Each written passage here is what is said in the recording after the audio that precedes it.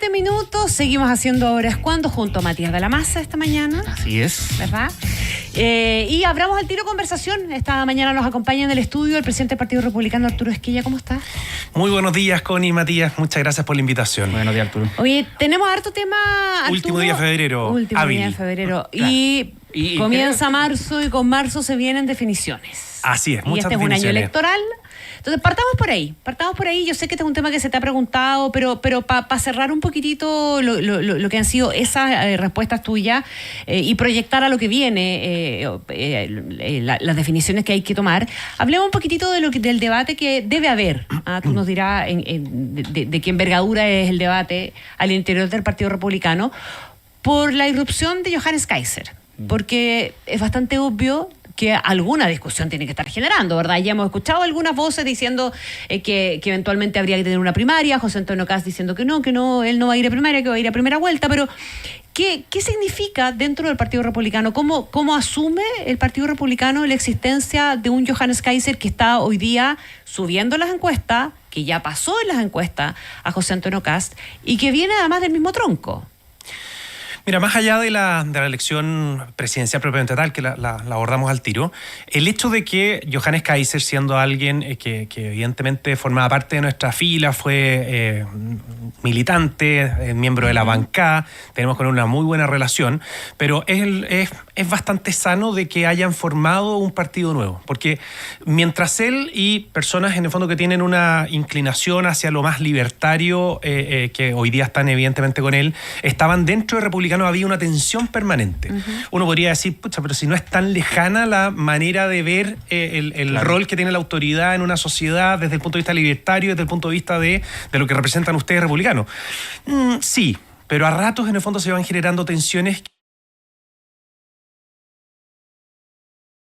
Encuentro que es muchísimo más sano, más razonable. Ellos con toda propiedad pueden hablar sin ningún tipo de restricción de por qué quieren dejar al mínimo, incluso si es que es necesario casi que desaparecer el Estado, y nosotros, que también tenemos una intención de disminuirlo, particularmente del rol político que tiene, sí consideramos que juega un rol relevante para elementos en donde es irreemplazable y se genera una convivencia muy bien. Eso nos lleva a pensar de que ahora que estamos en la órbita de pensar en los pactos electorales y todo eso, bueno, se ve bastante razonable el imaginarse que uno podría ir en una alianza con ellos, porque no pensamos en todo exactamente igual, pero sí es lo suficientemente cercana a nuestra manera de hacer el diagnóstico de lo que ha pasado en Chile y de proyectar lo que hay que hacer, como para decirle a los chilenos, miren, acá podría haber una lista electoral parlamentaria que es tanto más importante que la elección presidencial. ¿Y si hay lista electoral, habría primarias también entre Johannes Kaiser y José Antonio Kast? Nosotros, y ahí entro al tema presidencial. Nosotros lo hemos dicho y para ser franco, súper claro, tenemos una razón por la cual vamos a estar en primera vuelta. Creemos que lo que necesita Chile hoy día es algo que jamás en el fondo nos habríamos imaginado como chilenos, un cambio, digamos, en la manera de pensar de cuál es el tratamiento que le vamos a dar a la criminalidad en términos generales. O sea, vamos a empujar un debate muy profundo desde el punto de vista del tratamiento que tiene que darle el Estado a mi juicio, la principal expresión de poder, que es poder privar de libertad a una persona. O sea, si hay algo que es importante en un Estado, y para eso, para redondear con el tema presidencial, es vital llegar a noviembre, porque en esos meses se genera el debate presidencial en donde la gente va a decir, mire, sí, quiero tener un gobierno de excepción durante 4 años que nos vuelva a dar la tranquilidad, caminar tranquilo en las calles. Aunque eso implique el riesgo de dispersar de tal manera los votos de la oposición hoy día, de la oposición en términos generales. Lo que puede acarrear también un impacto en el resultado final. O sea, dejar fuera eventualmente a la oposición de la presidencia. No, ese riesgo no lo vemos presente. Ya van a haber en el fondo 3, 4 personas de izquierda que van a estar compitiendo también. O sea, nuestro sistema presidencial precisamente tiene un mecanismo de segunda vuelta para eso. Si es que todos fueran a primera vuelta, pero si el oficialismo lograra ponerse de acuerdo y tener una primaria y llevar un candidato. Si se trata de riesgos, efectivamente, ese es como el único que uno ve, porque alguien podría decir, con matemáticas simples, oye, pero si ustedes van y Johannes Kaiser va, le están pavimentando el camino, que los votos de derecha se dividen y la centro derecha en el fondo con una sola candidata se sigue adelante. Bueno, ese es un riesgo razonable con tal que haya alguien de derecha o centro derecha en segunda vuelta. Si es que estuviera sobre la mesa el que ninguna persona de derecha o centro derecha, ese es un riesgo lo suficientemente importante como para evaluar y qué sé yo.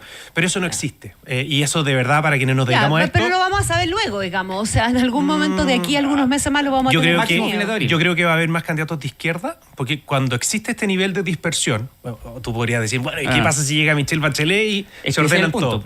No, al revés, pues es una gran oportunidad para las personas que van a querer en el fondo levantar el dedo y estar disponibles para 4, para 8, para 12 años más. Para sacarte la cuña bien sacada, digamos. El único escenario en el cual José Antonio Kast evaluaría no ir a la primera vuelta sería tener un candidato único del oficialismo. No, el único riesgo que uno ve en una primera vuelta desde el punto de vista del sector es que no pasara alguien del mismo a una segunda vuelta, y eso no existe. Ya, ok. O sea, fome la cuña, pero bueno. No, pero es la realidad, pues. Pero una respuesta clara de parte tuya, sí.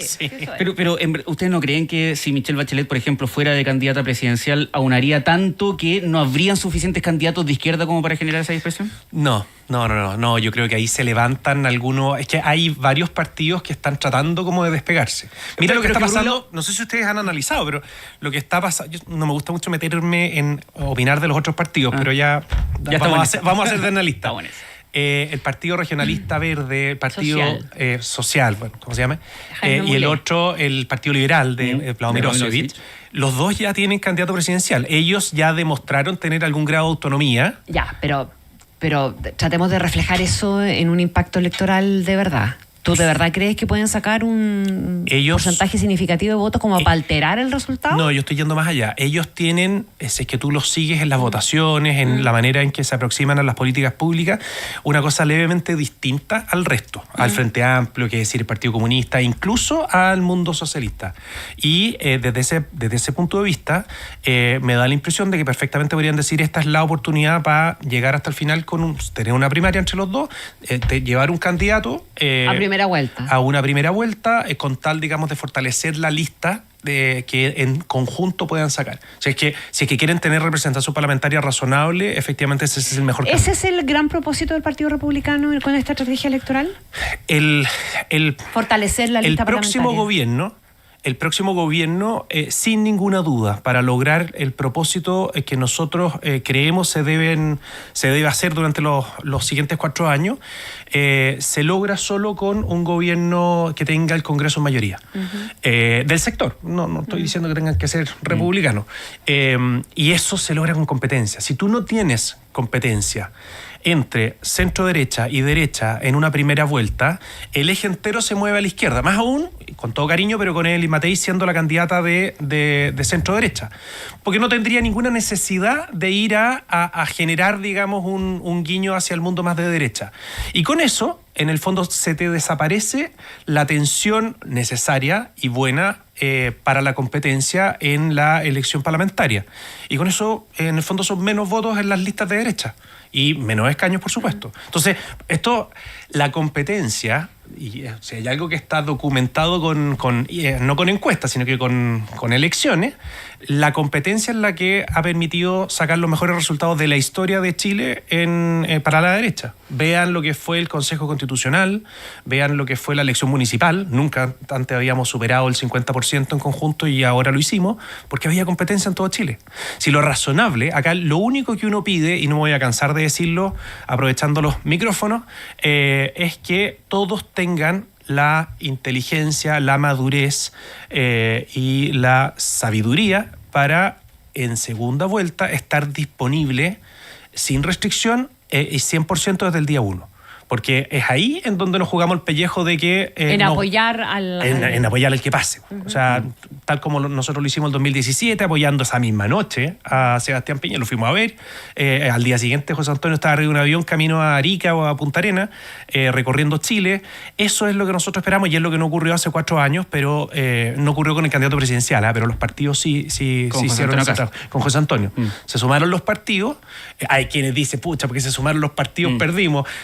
no sé, esas no tienen contrafactuales, así que da lo mismo. Pero lo que sí es evidentemente claro que el candidato presidencial, Sebastián Sichel, en este caso no se sumó a regañadientes, y eso digamos nos que hizo esas son daño. unas perezas que no se han limado hasta el día de hoy. El otro día quedó claro en Twitter. Personales con él, pero él hoy día no está de candidato. Lo que sí nos preocupa es la figura esta como de mano derecha de Evelyn Matei que tiene Ignacio Briones. Porque también es como de esa lógica, él se jactaba de que no votó por José Antonio Kast en segunda vuelta y decía que nosotros somos un peligro para la democracia. O sea, cuando yo escucho de repente hablar de unidad a Evelyn Matei o a los dirigentes del sector de centro derecha, y al mismo tiempo tienen ahí de mano derecha o como de cabeza del programa a Ignacio Briones, uno dice, bueno, traten primero de pastorear en esa unidad a los cercanos, o vean qué hacen, digamos, con Briones, porque si es que hay algo importante es que todos se sumen a la segunda vuelta. Estamos conversando con Arturo Esquella, presidente del Partido Republicano. Arturo, hace algunos minutos dijiste lo que era la visión del Partido Republicano para el próximo gobierno en materia de seguridad y hablaste de un gobierno de excepción, que suena un poco fuerte, ¿no? Y quería saber si puedes describir un poquito a qué se refieren con eso. Yo creo que es un gobierno que esté encabezado por un presidente que tenga la determinación de hacer ciertas cosas, de dar un tratamiento a la criminalidad. Me refiero a la persecución y sanción penal, me refiero al régimen en penitenciaría, en sistema penitenciario en términos generales, muy distinto a lo que nosotros estamos acostumbrados. Nosotros, lamentablemente por este lado, pero con bastante astucia y capacidad, para ser franco, de la izquierda, durante muchos años, quizás décadas, nos han convencido de ciertas cosas, en el plano intelectual. ¿Cómo qué? Como por ejemplo de que la única amenaza para los derechos humanos, es decir, los únicos que podrían transgredirlos son los estados. Los estados son los únicos que uno podría llevar a los sistemas, en este caso el sistema interamericano, para establecer responsabilidades y obrar o reconducir, digamos, las decisiones que están tomando los respectivos estados. Pero eso no implica de que los derechos humanos puedan ser transgredidos también por organizaciones de personas que no sean estados. Hoy día la principal amenaza que tenemos en materia de derechos humanos está dada por la transcriminalidad. Y nosotros creemos, y esta es la justificación o de donde nace nuestra convicción de que hay que ser muy duro, de que si tú, siendo la única persona a cargo de la protección de la población, tu principal mandato como presidente de la República, de acuerdo a nuestra Constitución y casi por sentido común, pero está escrito, es proteger a la población. Y por eso todos renunciamos al uso de la fuerza y se la entregamos al Estado, en este caso, ciertas agencias propiamente tal que están habilitadas, capacitadas y qué sé yo, que se puede mejorar, por supuesto, pero entonces cuando tú renuncias a ello, tú estás en una falta tan profunda que ha generado un daño, a mi juicio, irreparable. No irrevertible, porque creo que en estos últimos 4 años nos jugamos el pellejo, pero irreparable desde la perspectiva de la calidad de vida de las personas. En simple, Matías, el próximo presidente de Chile tiene que, y José Antonio Kast en este caso, va a invitar a todos los chilenos a discutir de si es que estamos en condiciones de generar un estatus o una categoría de criminales que no pueden salir de la cárcel nunca. Y se van a generar debates legítimos. Y yo también vengo de la academia y esos debates los tenemos. Gente muy cercana a mí me dice, pero ¿cómo puedes decir eso? Sí, yo estoy convencido de que hay que primar la defensa y la protección de los derechos humanos, el ejercicio de los mismos, de la población que vive en la sociedad, y eso también es un mandato no solo de la Constitución política, sino que de todos los instrumentos internacionales que hemos firmado. ¿En qué cárcel? Hoy día tenemos una necesidad de generar algo así como 20.000 nuevas plazas. Sí. Nosotros creemos que tenemos para esa política que tú estás describiendo... No, hoy día ni una política nueva necesitamos 20.000 nuevas plazas. Claro, imagínate. Nosotros creemos que tenemos que llegar a una de las 46.000 que tenemos hoy día, tenemos que llegar a 100.000.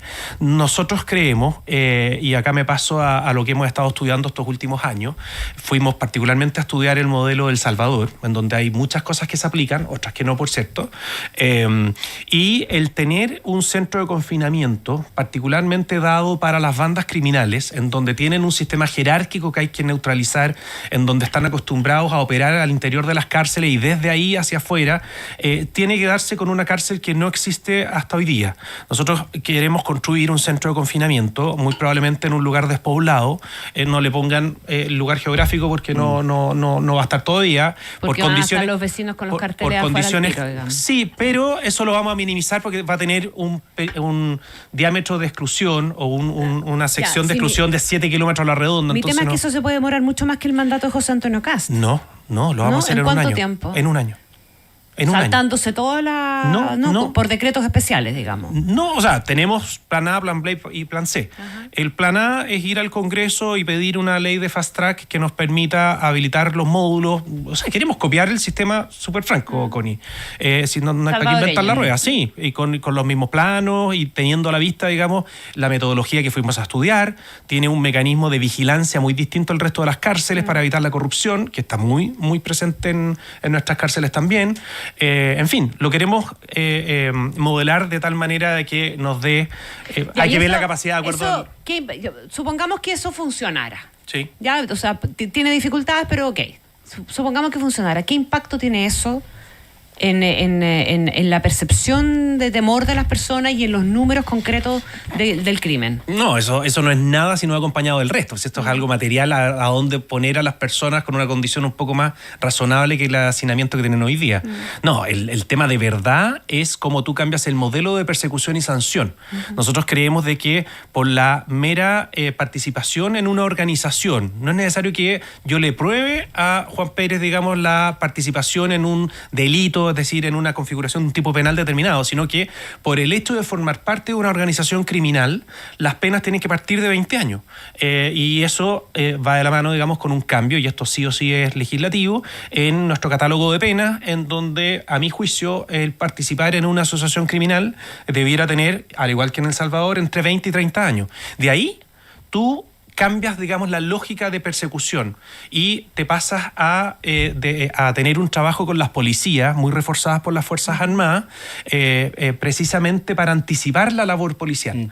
Tú haces un mapeo, para eso nosotros queremos, digamos, en cada una de las regiones, instalar, digamos, muy de la mano con los sistemas de inteligencia militar, un mecanismo que nos permita saber dónde están las bandas criminales y ir a capturarlos y encerrarlos, por el solo hecho de participar. O sea, yo lo único que tengo que probar en juicio es que tú formabas parte de una organización criminal, que es harto más fácil que demostrar que tú participaste en un secuestro. Claro, acá es donde no aplica, ponte tú, el modelo salvadoreño. Ellos hicieron eso mismo y se ampararon en la lógica de los tatuajes, claro, porque ellos culturalmente, las bandas, las pandillas, se tatuaban a qué organización pertenecían. Entonces los persecutores ahí dijeron, bueno, bien fácil, pues mira, claro, así MS-18, compadre, va adentro. Digamos la realidad en que yo no puedo ir a El Salvador. No, pero no hay problema. No, con una manzana en tu brazo no hay ningún problema. Caqui. Un caqui, perdón. Y 2 estrellas, llega a lo mismo. Pero en el fondo eso efectivamente no aplicaría y en el fondo el modelo va mucho más allá. Ahora, Arturo, te quiero llevar a una realidad y téngame paciencia con este planteamiento para llegar al fondo. El día de ayer, a propósito del aniversario del 27F, Evelyn Matei subió un video a sus redes sociales en donde era muy crítica con lo que fue el gobierno de ese entonces, el gobierno de Michelle Bachelet, pero al mismo tiempo destacaba harto lo que vino después, ¿no? Que fue el gobierno de Sebastián Piñera, el primero, el proceso de reconstrucción, la materia de gestión del rescate de los mineros, una serie de emergencias. En el sentido, ¿por qué lo llevo a este ejemplo en específico? Porque Evelyn Matei, ahí tiene comillas una ventaja, que es el camino recorrido del gobierno que ya sucedió. Es decir, no es una realidad hipotética, hay gobiernos que ocurrieron, con lo bueno, lo malo, lo feo, etcétera, pero ocurrieron los dos gobiernos del presidente Sebastián Piñera y tiene a dónde sacar mano para decir, esto algún minuto lo quisimos hacer, se hizo bien, a mi juicio, según lo que dice ella. Y a propósito de lo que plantea usted con esto, que son varias ideas, ¿cómo se evita desde el Partido Republicano, que no ha sido gobierno todavía, el fenómeno Frente Amplio?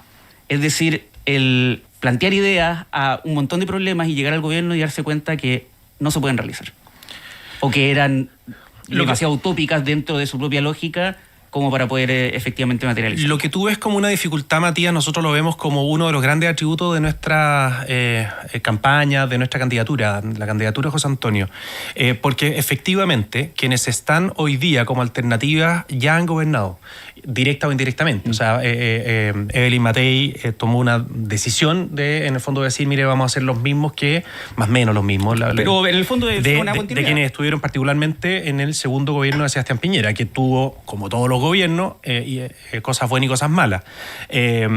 Y nosotros creemos de que efectivamente ya queda lo suficientemente claro de que en materia de seguridad pública no dieron el ancho. y que efectivamente no están en condiciones de liderar lo que creemos nosotros. Esto, viva la democracia, porque en el fondo la gente va a poder decir, no, se están pasando para la punta con esto de encerrar a las personas para siempre. Puede ser, y ahí es en donde ellos tendrán que tomar la decisión si votan o no por nosotros.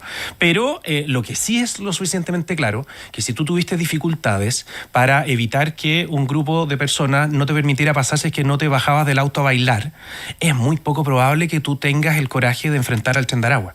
Y que tú tengas la determinación de hacer cosas operativas, de inteligencia. Pero rápidamente del gobierno te pueden responder que hay 9 personas, 14 imputados, 9 personas presas, un pedido de extradición en curso en relación justamente con el Tren de Aragua.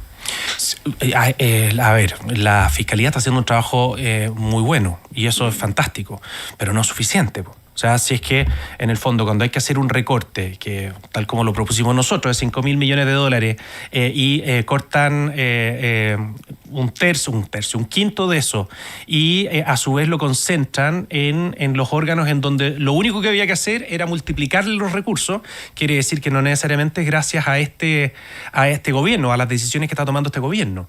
No me quiero ir de la pregunta de Matías, porque en el fondo cuando tú tienes esas personas con todo el derecho a pensar, digamos, de que todo tipo de privado de libertad tiene que tener un programa de reinserción, rehabilitación. Nosotros, francamente, vamos a decir, mira, hay un segmento de quienes están en las organizaciones criminales, particularmente de la transcriminalidad, de que es demasiado riesgoso meterlos a esos programas para que tengan contacto con otros.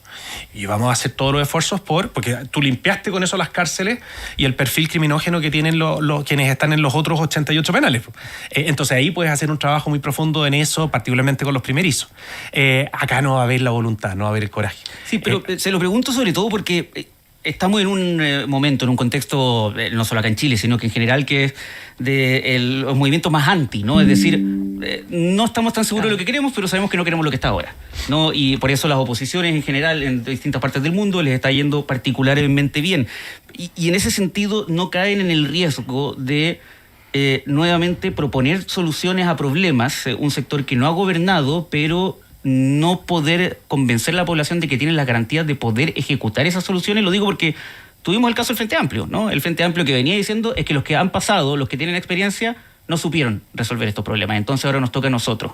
Y las cosas han salido como han salido. Es que ese no es el problema del Frente Amplio. Si el Frente Amplio cuando quiere sacar sus cosas las saca, pero son malas. Si en el fondo tienen un pecado original que se anclan en una ideología que ha fracasado en todo el mundo. Y vuelven décadas atrás, digamos, instalando al Estado de nuevo como omnipotente, porque esas son sus lógicas. En educación, en salud, en pensiones, siempre la dinámica es más Estado y menos sociedad civil. El problema no está en lo que decían antes. El problema está, digamos, es de hardware de ellos, o sea, no es software.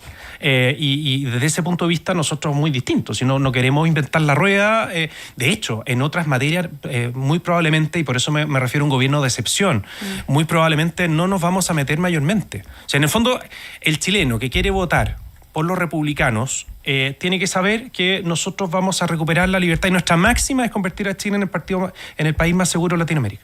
Eso es. Uno podrá decir, pero bueno, ¿cómo se mide eso? Está bien, pero esa es nuestra meta. Nosotros vamos a apuntar hacia allá. ¿Que va a tener repercusiones eso? Por supuesto. ¿Te van a perseguir? Por supuesto. Vaya a tener la organización internacional persiguiendo a José Antonio Kast, fue presidente durante 4 años y hizo lo que tenía que hacer. Sí. Y que no va a poder salir de Chile es muy probablemente. Y él está dispuesto. No me imagino. Ay, pero espérate un poco. Es que eso que tú estás diciendo suena grave. Porque en el fondo significa que estás dispuesto a hacer eso violando. No. Entonces, ¿por qué te van a perseguir? Porque quienes forman parte de estas organizaciones, mira cómo han perseguido, salvo que tú encuentres legítimo la persecución que han tenido. Nicolás Maduro no puede salir de Venezuela y bien perseguido estará, según tú me imagino, ¿no? Sí, claro, pero yo considero que las 500 personas, carabineros que se desvivían por darnos tranquilidad a ti y a mí durante el estallido, están mal perseguidos. Pero a eso me refiero. Pero muchos de esos casos terminaron siendo sobreseídos igual al final, Arturo. Sí, pero la persecución. Es que no me gustaría dejar pasar que tú... No lo voy a dejar pasar porque a mí también me interesa mucho este tema. Es que tú digas que a José Antonio Kast no importa no poder salir nunca más de Chile. Es que tú con eso a lo mejor me estás diciendo José Antonio Kast está dispuesto a violar derechos humanos con tal de cumplir con sus metas en materia de seguridad. José Antonio Por Kast, eso me parece grave. José Antonio Kast está dispuesto a encerrar a los criminales y a enfrentarlos. Ya. Y a restringir libertades de la gente también para conseguir cumplir las metas en materia de en seguridad? eso yo estoy totalmente disponible. Si a mí me dicen va a haber un operativo en la región metropolitana durante 2 noches y tenemos toque de queda con tal, digamos, de que capturen a las 40 personas que están por sobre, digamos, la banda X, por supuesto que yo permito que restrinjan mi libertad. O sea, en eso no me pierdo ni un segundo. Y los chilenos quieren eso también. De hecho, se ha medido. La Universidad Católica hizo una medición parecida. Es transitorio, es una restricción de libertad transitoria. Haciendo una analogía, es como un estado de excepción, que tiene esa paradoja de que tú restringes libertades para garantizarlas plenamente en el futuro. Ahora, ¿qué lecciones sacaron ustedes del proceso constitucional que lideraron ustedes en definitiva, que fue el segundo, el del Consejo? Porque ahí finalmente, porque tú has hablado también de generar acuerdos y todo esto que tú estás proponiendo necesita generar acuerdos si vas a golpear las puertas del Congreso, al menos en una primera instancia, ¿verdad? ¿Qué lecciones se sacaron ahí de haber tenido de alguna manera el sartén por el mango y finalmente no haber logrado los consensos necesarios? Bueno, la primera gran conclusión es que tenemos una gran constitución. Que fue al final del día en toda esta fiebre constitucional, fue respaldada en 2 oportunidades y con eso se consagra, digamos, una buena cantidad de años. Pero ustedes propusieron otra y esa otra no fue consensuada. Nosotros y lo que hicimos es decirle a los chilenos, mira, a nosotros no nos parece que se esté discutiendo el tema constitucional. Cuando ganamos el 4 de septiembre con el 62% y al día estaba, digamos, en un nuevo acuerdo para hacer un nuevo proceso constitucional, nosotros ahí dijimos, ya, cortémosla. Vamos a los chilenos y digámosles directamente, nosotros no estamos en esto y vamos a presentar personas porque no vamos a permitir que nos instalen un nuevo mamarracho. Tanto fue así que nos eligieron en una mayoría abrumadora que nosotros la leímos como que efectivamente estaban confiando en nuestra manera de ver. Como el trabajo consistía en redactar una propuesta, la redactamos y hicimos todo lo que fuera necesario para que nosotros consideráramos que era una mejor constitución. Y tanto fue así de que, porque alguien podría decir... La gente dijo que no, a lo que ustedes consideraban era mejor. La gente dijo, y eso es muy razonable, y al día siguiente de la elección para nosotros fue fantástico. Al final está vigente la constitución que siempre queríamos. Mi punto, Arturo, es la capacidad de llegar a acuerdos. La capacidad de llegar a acuerdos es fundamental. En mis años de parlamentario, cualquier persona que le haya tocado trabajar conmigo sabe que es una cualidad y un atributo que por lo menos en mi persona lo van a ver presente, y eso se refleja también en lo que están haciendo los parlamentarios. ¿Sí? No se queden con los titulares de los 4 proyectos de ley que salen en la prensa. O sea, todos los días se votan cientos de cosas y en las comisiones se trabaja mancomunadamente, y los 12, 13 parlamentarios republicanos también están en eso. Otra cosa es que uno sienta el vértigo de tener que llegar a acuerdo por llegar a un acuerdo.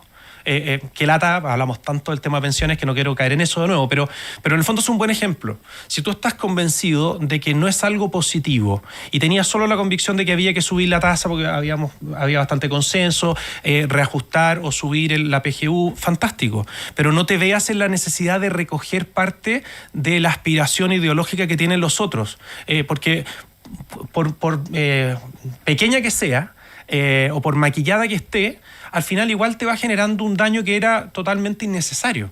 Entonces, y te pongo de ejemplo, porque tú ibas a una pregunta, les encanta decir en Chile Vamos, oye, pero es que ¿quién? Y estaba en parte en tu pregunta, Matías, de las personas que han gobernado pueden ofrecer mayor gobernabilidad. Yo, con todo cariño, pero de todos los gobiernos en los que me ha tocado vivir, tengo 46 años, saquen la cuenta, no sé cuántos serán, 8 o 9, por lo menos presidentes, nunca había vivido en un gobierno que tuviera menos gobernabilidad que el segundo de Chile Vamos. Nunca me había tocado que tuviera que dejar de trabajar porque no se podía llegar físicamente. No estoy diciendo físicamente no se podía llegar a tu lugar de trabajo. El nivel de inestabilidad que generó eso. Las consecuencias después, porque la solución no encontraron nada mejor que meterle ruido a las reglas del juego en Chile. De ahí todas las inversiones, si es que hay gente que solo le preocupan la inversión y la parte económica, que son los que dicen, mira, me da lo mismo quien gane, me da lo mismo si es el Inmatei, Perico Los Palotes, pero es obvio que si gana alguien de derecha o centro derecha, se estabiliza un poco la inversión, eso es razonable. Yo les quiero decir que hay un dato adicional, que en el fondo esa estabilidad que buscan para sus negocios se da de mejor manera con alguien que además de generar las condiciones económicas te permita darle la tranquilidad a los chilenos de que la delincuencia ya no va a hacer que los locales comerciales cierren sus rejas. Estamos absolutamente pasados en el tiempo, pero a propósito de todo eso y de la idea de poder gobernar, ¿estarías por reformar el sistema político entonces para disminuir la cantidad de partidos y hacer que sea una cuestión más manejable, más razonable y más factible para llegar a acuerdos? Sí, por supuesto. Nosotros lo pero dijimos. ahora ya. Lo propusimos acuérdate que en el Consejo Constitucional. No, pero el Consejo ya fue. Hoy día hay algunas Es que tú dejaste mociones. como instalado que no eran buenos para acuerdos. Acuérdate que la mayoría de las disposiciones de la Yo dejé Constitución. instalado que no lograron llegar al consenso suficiente para aprobar la propuesta constitucional. Pero hoy día hay en el Congreso, Arturo Esquella, discutiéndose proyectos para reformar el sistema político. ¿Contarían con el respaldo de los republicanos pensando en que eventualmente si llegan a ser gobierno les va a salir mucho más fácil la pega con menos partidos y con Sí, por supuesto. El eliminado? fraccionamiento político le ha hecho mucho daño, lo dijimos, lo adelantamos cuando una de las reformas de Michelle Bachelet fue efectivamente meterle mano al sistema electoral parlamentario. Ahora, no se saca nada con decir vamos a tener menos partidos políticos, si es que los grandes partidos políticos, para entenderse con ellos y tener, digamos, una sola línea, hay que entenderse como con 5 parlamentarios, porque es la realidad del Partido Socialista, la realidad de Renovación Nacional. O sea, ¿qué sacas tú con decir, mira, hay 5 partidos políticos nomás? Es como un sueño hoy día, porque hay 20 y tantos. Si es que en el fondo en uno de ellos te tienes que entender con 5 o con 10 caciques. O sea, no sirve de nada. Pero contestando tu pregunta súper claro, por supuesto. O sea, esa medida, la del 5%, no tenemos problema, la respaldamos ya en el pasado y ojalá que se pongan en discusión, porque veo que el Frente Amplio está medio esquivo con eso. Don Arturo Esquella, presidente del Partido Republicano, muchas gracias por venir.